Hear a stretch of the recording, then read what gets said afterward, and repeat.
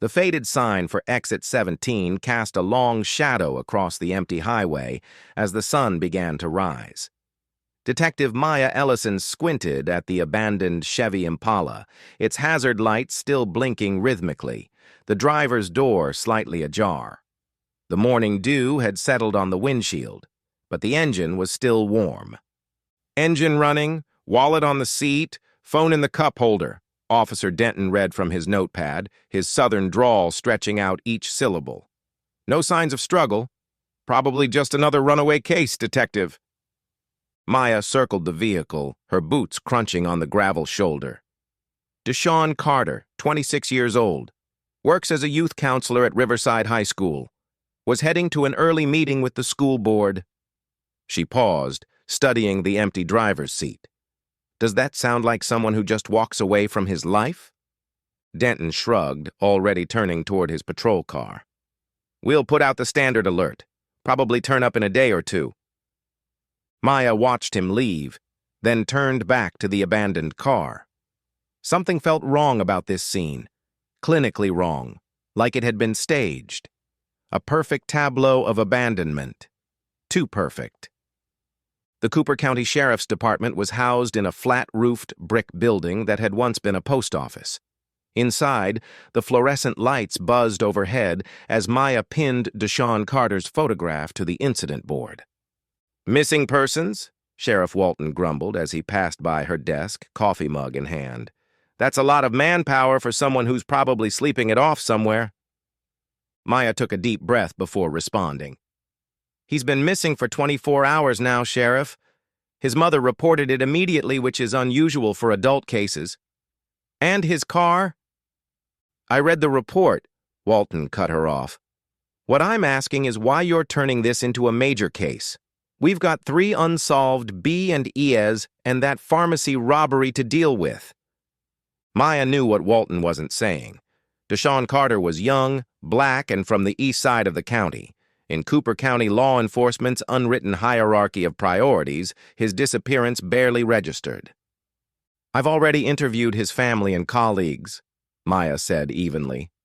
"He's not the type to disappear. No substance abuse issues, no gambling debts, no relationship problems. He mentors at-risk kids at Riverside High, coaches Little League on weekends, and was recently nominated for a Community Service Award." Walton's expression hardened. "Get Denton to canvass the area again. 24 more hours, then we reassess. Don't make this bigger than it needs to be, Ellison." As Maya worked, her phone rang. It was Angela Carter, Deshaun's mother. "Detective Ellison? Have you found anything?" The woman's voice was hoarse, as if she'd been crying all night.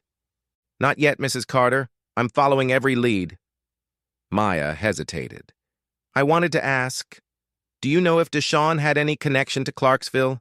Any reason he might have taken Exit 17? There was a long pause on the line. "Exit 17? Angela's voice had changed, a new tension apparent. "Number Deshaun would never go there. Not after what happened to his cousin." Maya felt a prickling sensation at the back of her neck. "His cousin?" "Terrence. Terrence Johnson.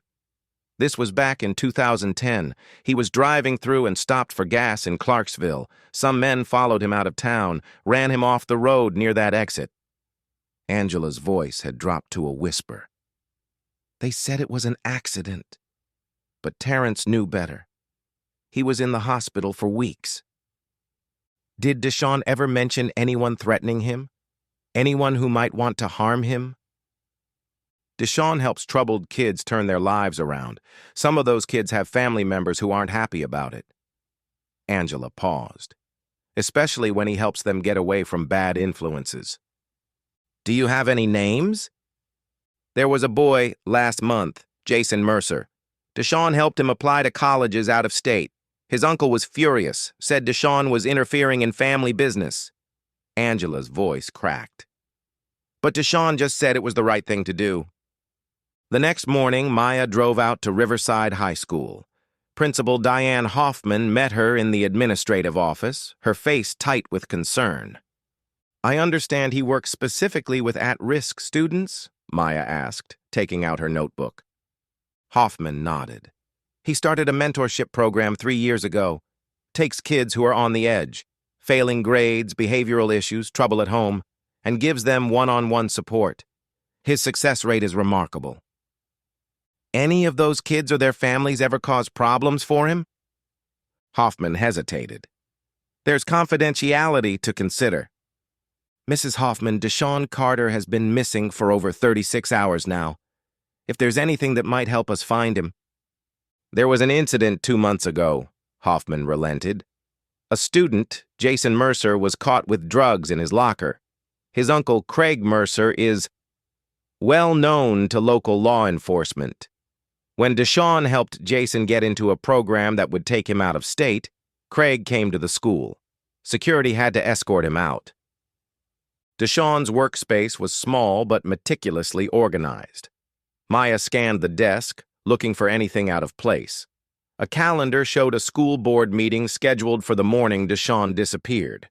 Next to it was a stack of folders, each labeled with a student's name.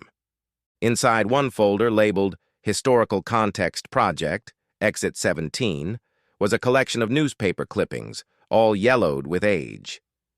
The most recent was from 1992, headlined Anniversary Vigil Held for Exit 17 Victims. Below that, older clippings told a darker story. 3 black motorists missing after passing through Clarksville, 1972. Civil rights activists demand investigation into roadside disappearances, 1973.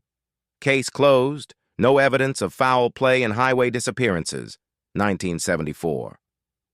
Maya felt a chill run through her. Deshaun hadn't randomly disappeared at Exit 17. He had been researching a pattern of disappearances in the same location decades earlier. As she continued reading, a small note fell out. In Deshaun's handwriting, "Meeting with TJ tonight. Says he has names."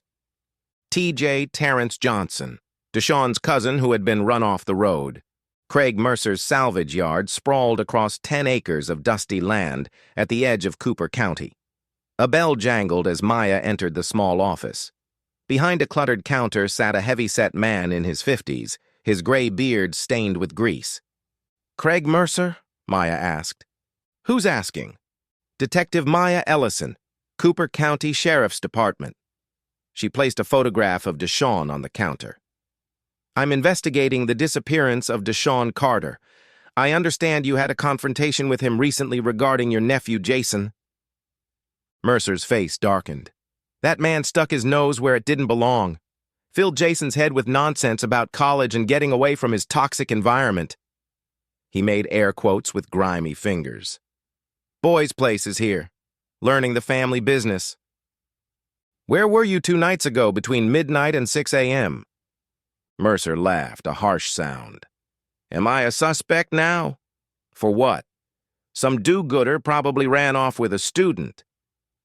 Maya kept her expression neutral. "Mr. Mercer, Deshaun Carter's car was found abandoned at Exit 17, engine running. His personal belongings were still inside. Does that sound like someone who ran off?" Something flickered in Mercer's eyes at the mention of Exit 17. Recognition, maybe even apprehension. It was gone in an instant. "Exit 17? That's Clarksville territory. Nothing to do with me." He stood up, his bulk imposing in the small office. "I've got work to do, Detective. Unless you're arresting me, we're done here." "One more question," Maya said, standing her ground. "Do you know Terrence Johnson?" Mercer's jaw tightened. "Never heard of him." As she walked back to her car, she noticed a young man watching her from behind a stack of tires. He couldn't have been more than 20, with Mercer's same broad shoulders but a softer face. "Wait," Maya called out. "Are you Jason?" The young man hesitated, then stepped forward. "Yeah. Who are you?" "Detective Ellison. I'm investigating Deshaun Carter's disappearance." Jason's eyes widened. "Mr. C is missing? Since when?" 2 days ago. His car was found abandoned at Exit 17. Jason paled visibly. "Exit 17? Oh, man. Oh, man, that's bad. Why is that bad, Jason?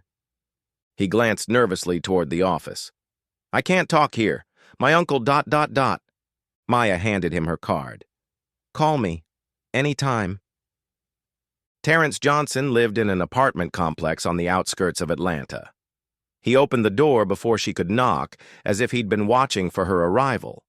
He was a tall man with a pronounced limp, his face bearing a strong resemblance to Deshawn's. Deshawn called me 3 nights ago, Johnson began without preamble. He'd been researching the history of Exit 17 for months, said he was close to connecting all the pieces. What pieces exactly? Maya asked. Johnson tapped a thick folder on the coffee table. Between 1965 and 1992, 11 black men disappeared in the vicinity of Exit 17. All of them were initially written off as runaways, drifters, or criminals who'd moved on. Some cases were investigated more thoroughly than others, but none were ever solved. He opened the folder, revealing a collection similar to what Maya had seen in Deshawn's office, but more extensive. Deshawn believed there was a group in Clarksville responsible, a kind of vigilante organization that's been operating for generations. They target black men they perceive as troublemakers, civil rights activists in the 60s, community organizers in the 70s, and now people like Deshawn who help kids escape the cycle.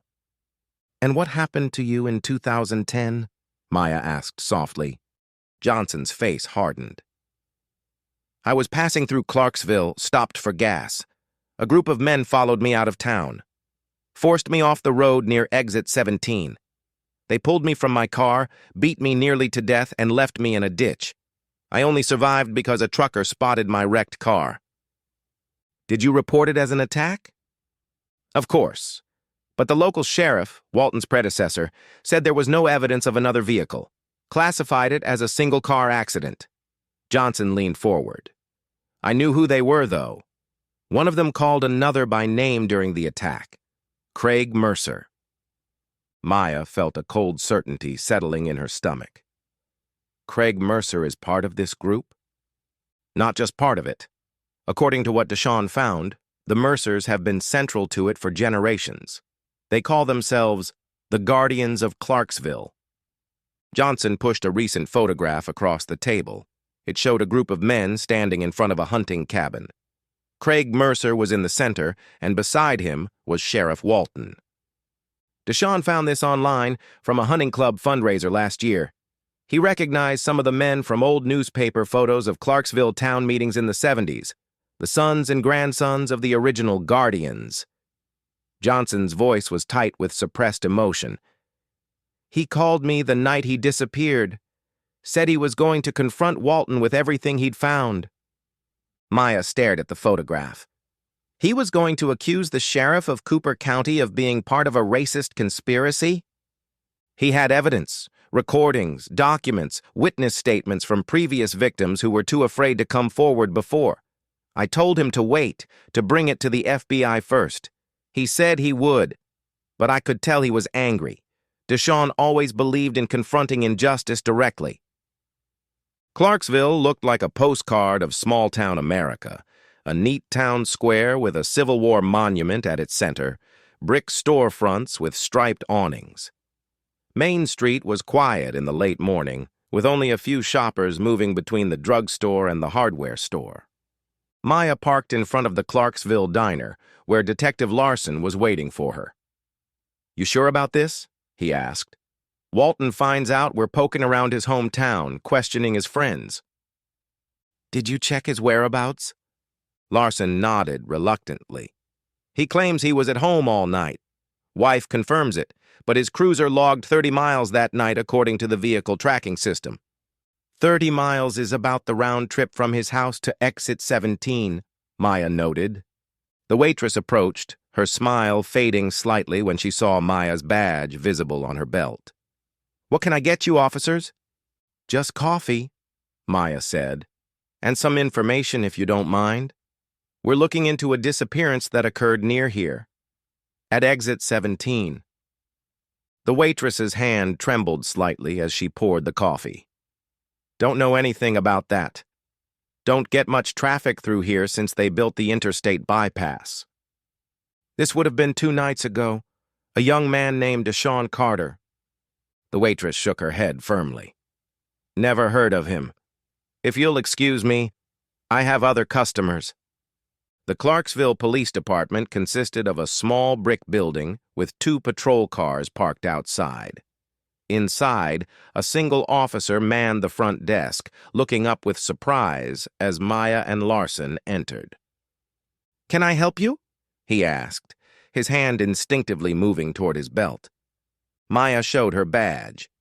"Detective Ellison, Cooper County Sheriff's Department. This is Detective Larson. We're investigating a disappearance that may have connections to Clarksville." The officer, his nameplate read Parker, visibly relaxed upon seeing their credentials. "What kind of disappearance?" "Deshaun Carter, 26, African-American male. His car was found abandoned at exit 17 2 nights ago."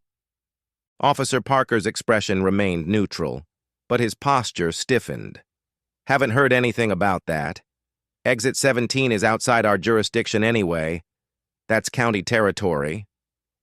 As they left the station, Larson shook his head. "They're circling the wagons. No one's going to talk to us." Maya scanned the street, noticing a small law office across from the police station. Maybe not everyone in town is part of the conspiracy. Let's try a different approach. The law office belonged to Eleanor Winters, attorney at law. The woman who greeted them was in her 60s, with silver hair and sharp, assessing eyes behind tortoiseshell glasses. "Cooper County detectives?" she repeated after they introduced themselves. "Interesting.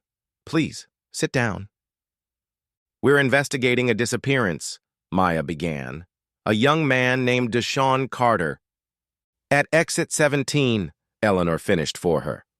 "Yes, word travels fast in small towns, especially when Cooper County detectives start asking questions in the diner."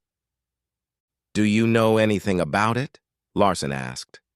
Eleanor studied them both carefully.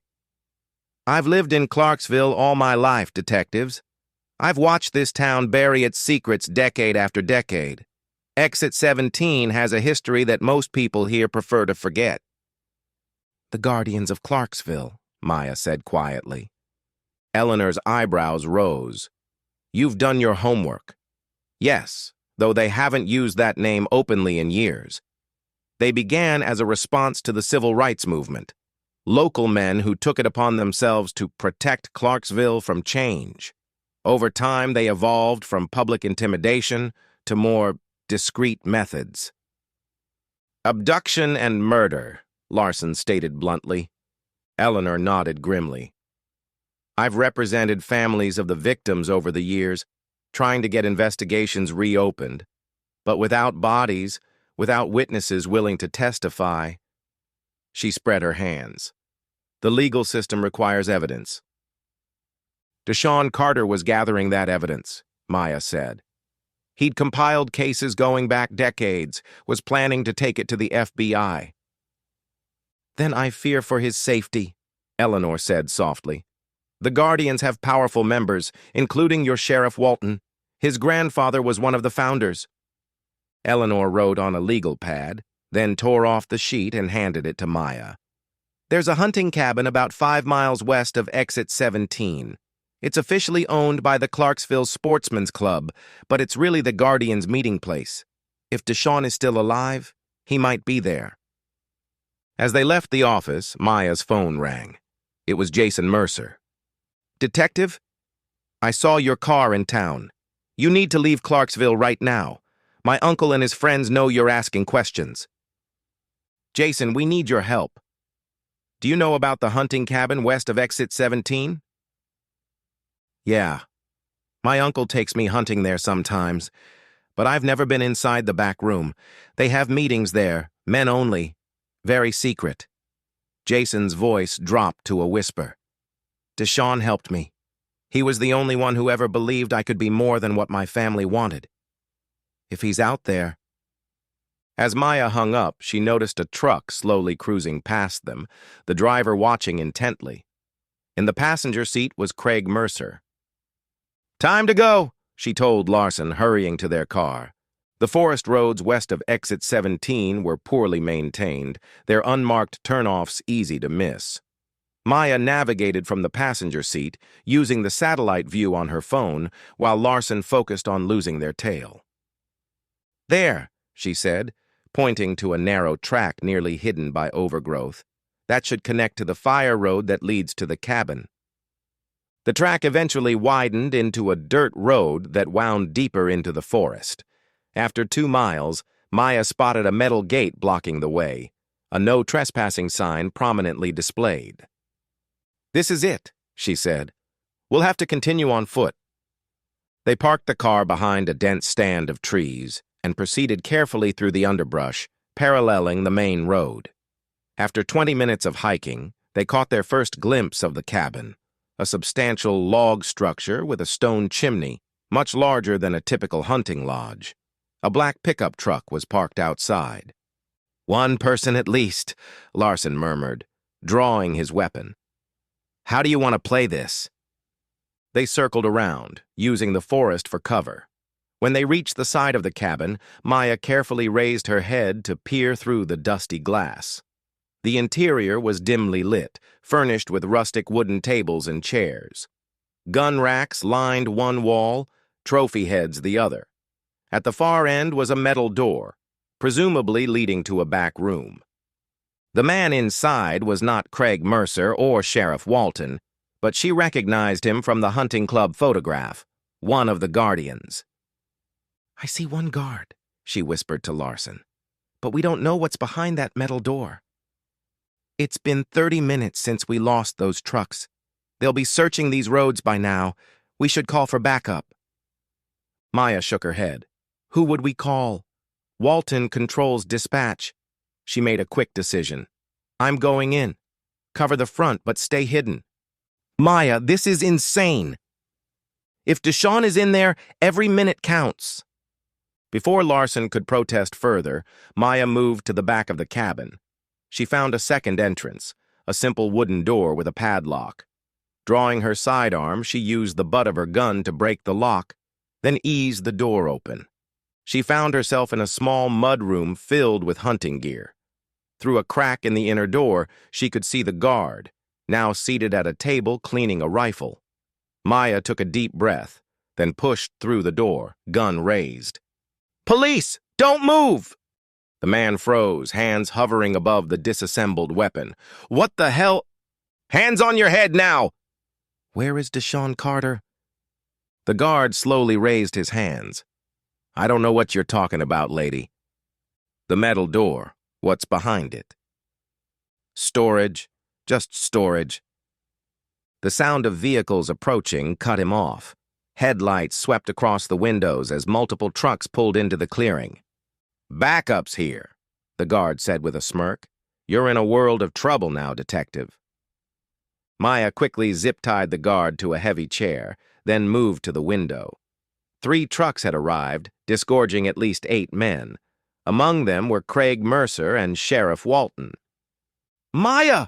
Larson's urgent whisper came from the back door. "We need to go now!" "Not without checking that room." Maya turned back to the guard. "Last chance. The code." "Go to hell!" Maya heard the men outside organizing a perimeter. She had seconds, not minutes. In desperation, she tried the handle of the metal door. It opened. The guard looked as surprised as she felt. "That's not possible. It's always locked." Maya pushed through the door, gun at the ready. The room beyond was dark, illuminated only by the dying daylight filtering through a small, high window. As her eyes adjusted, she made out the shape of a man slumped in a chair, hands bound behind his back. "Deshawn?" she called softly. The figure raised his head. His face was bruised, one eye swollen shut, but it was undeniably Deshawn Carter. "Detective," he croaked. "How did you find me?" "Your research," Maya said, quickly moving to untie him. "Your cousin. Can you walk?" "I think so." Deshawn winced as she helped him stand. They've been questioning me about what I know, who I've told. They were waiting for me at exit 17, run me off the road." His voice was hollow. "Just like they did to Terrence." "We need to move fast. Sheriff Walton is outside with Mercer and others." A loud banging came from the front of the cabin. "Police! Open up!" Maya helped Deshawn toward the back door where Larson was waiting. "We've got company," she told him grimly. "Ellison!" Walton's voice bellowed through the door. "I know you're in there. Come out now. That's an order." "Back door," Maya whispered. "Through the woods to the car." They had barely made it 20 yards when the cabin door crashed open behind them. Shouts and flashlight beams began to comb the area. "Move!" Maya urged, guiding them deeper into the trees. Deshawn was weakening, his injuries clearly taking a toll. "I can't," he gasped after several minutes of flight. Larson pulled them behind a large fallen tree. "We can't outrun them." Maya made a quick decision. "You take Deshawn. Head north toward the highway. I'll create a diversion." "Maya, no." "That's an order, Detective." She looked at Deshawn. "Your evidence? All of it. Where is it?" "Terrence has copies," Deshawn whispered. "And I mailed a complete set to the FBI field office in Atlanta yesterday morning before—" He trailed off. Maya felt a surge of hope. "You already sent everything? That's why they were so desperate to find you." Deshawn nodded weakly. "They wanted to know who else had the information. I didn't tell them about Terrence." "Good man," Larson said. "Now let's move." Maya checked her weapon. "I'll circle around to the west, make some noise, then try to reach the car. If I can get to the main road, I'll call for state police backup." With that, she slipped away into the darkness, moving deliberately west of their position. When she judged she was far enough away, she began making as much noise as possible, snapping branches, rustling bushes, even calling out as if to unseen companions. The ruse worked. Flashlight beams immediately converged on her position, and she could hear the heavy footfalls of men running through the underbrush. Maya fled deeper into the woods, leading them away from Larson and Deshawn. After 10 minutes of hard running, she paused behind a massive oak tree, listening. The forest had grown quieter. She checked Larson's phone. No signal, the dense forest and remote location cutting her off from communication. As Maya caught her breath, a twig snapped nearby. She froze, pressing herself against the tree trunk. Slow, deliberate footsteps approached. "Detective Ellison," Sheriff Walton's voice called out, unsettlingly close. "Let's talk about this reasonably." Maya remained silent, easing around the tree to keep it between them. "I know you think you're doing the right thing," Walton continued, "but you don't understand the history here. Those men who disappeared over the years, they were troublemakers, outside agitators coming to stir up problems in a peaceful town." Walton's voice hardened. "Sometimes communities need protection that the law can't provide." In one fluid motion, Maya stepped out from behind the tree, gun aimed at Walton's chest. The sheriff stood 10 feet away, his own weapon raised. "Drop your weapon, Sheriff," Maya commanded. "You're making a mistake." "I don't think so. Deshawn Carter mailed everything to the FBI yesterday. Names, dates, evidence connecting the Guardians of Clarksville to decades of disappearances and murders. It's over." They stood in tense silence, weapons trained on each other. Maya could see Walton calculating his options. A distant shout from the direction of the cabin broke the standoff. Walton's attention wavered for a split second, enough time for Maya to lunge forward, striking his arm and knocking his weapon aside. They grappled briefly before Maya gained the upper hand, forcing the sheriff face down on the forest floor. "Sheriff Walton, you're under arrest for the kidnapping of Deshawn Carter," she said, securing his wrists with her remaining zip tie, "and conspiracy in the disappearances at exit 17. Maya retrieved Walton's gun and radio. "This is Detective Ellison. I have Sheriff Walton in custody." Anyone interferes with my exit and he'll be the first to face federal charges when the FBI arrives. The radio crackled with confused responses. Maya hauled Walton to his feet. "Walk!" she ordered, pushing him forward. "We're going to find my partner and Deshawn, and then we're all leaving together." Dawn was breaking as Maya's car pulled up to the Cooper County Hospital. In the back seat, Deshawn was barely conscious, his head resting against the window. Larson sat beside him, keeping pressure on a wound in Deshawn's side, a parting gift from Craig Mercer, who had intercepted them near the main road. As medical personnel swarmed around Deshawn, Larson joined Maya in the waiting area. They were both exhausted, clothes torn and dirty from the night in the woods. "State police are on their way," Larson said. "They're sending officers to take Walton into custody, and they've already dispatched units to Clarksville and the cabin." Maya nodded wearily. "And the FBI?" "On their way from Atlanta. They received Deshawn's package yesterday. We're already preparing to investigate." Deshawn was stabilized, his injuries serious but not life-threatening. When Maya visited him, he was propped up in a hospital bed, an IV in his arm. "Detective," he said hoarsely, "did we make it?" Maya smiled. "We did. State police are rounding up the Guardians as we speak, and the FBI is on their way. Your evidence package arrived safely." Deshawn closed his eyes briefly, relief washing over his face. "When I started looking into the Exit 17 disappearances, I never imagined. I just wanted to understand what happened to Terrence, why no one seemed to care." "You uncovered a conspiracy spanning decades," Maya said. "Those men thought they were above the law, that they could erase people and face no consequences." "Why were you on that road in the first place?" Maya asked. "Your mother said you would never go near Clarksville." "I'd arranged to meet someone, an older man who claimed to have information about the disappearances. Said he'd been part of the Guardians in the 70s, but couldn't live with the guilt anymore." Deshawn shook his head. It was a trap. As Maya left the hospital room, she found Angela Carter had arrived, her face drawn with worry and lack of sleep.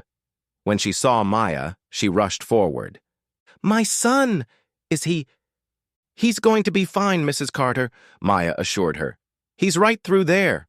The nurse will let you in." Angela gripped Maya's hands. "You found him. When everyone else was ready to give up, you found him." "He found himself, Mrs. Carter. Your son uncovered a truth that's been buried for generations."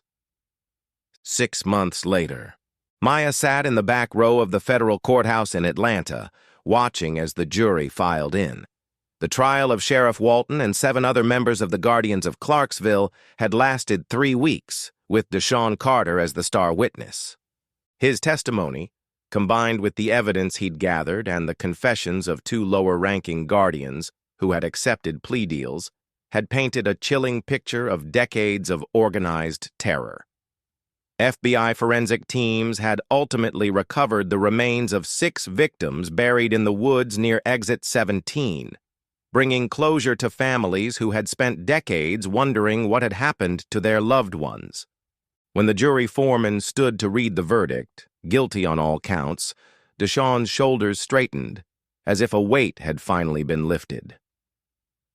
Outside the courthouse, Deshawn broke away from the crowd and approached her.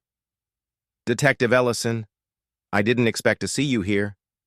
"I wouldn't have missed it," Maya said. "And it's Captain now, actually." "Congratulations." Deshawn smiled. "I hear Cooper County is changing for the better under your watch." "Slowly but surely. What about you? Back to teaching?" Deshawn nodded. "And working with the Southern Poverty Law Center on documenting similar cases across the South. There are other Exit 17s out there, places where justice took a detour." "And you're going to find them all?" Maya asked with a small smile. "One at a time," Deshawn replied seriously. "That's how change happens. One case, one community, one conscience at a time." On her drive back to Cooper County, Maya took the long route, deliberately passing Exit 17. The afternoon sun glinted off the metal sign as she drove past. Just beyond it, a small group had gathered by the roadside, placing flowers and photographs, a memorial to those who had disappeared. Maya slowed, recognizing Angela Carter among the mourners. The older woman looked up as Maya's car passed, raising her hand in acknowledgement. Maya returned the gesture, then continued on, leaving exit 17 behind, a place where silence had finally given way to truth and darkness to light. The end.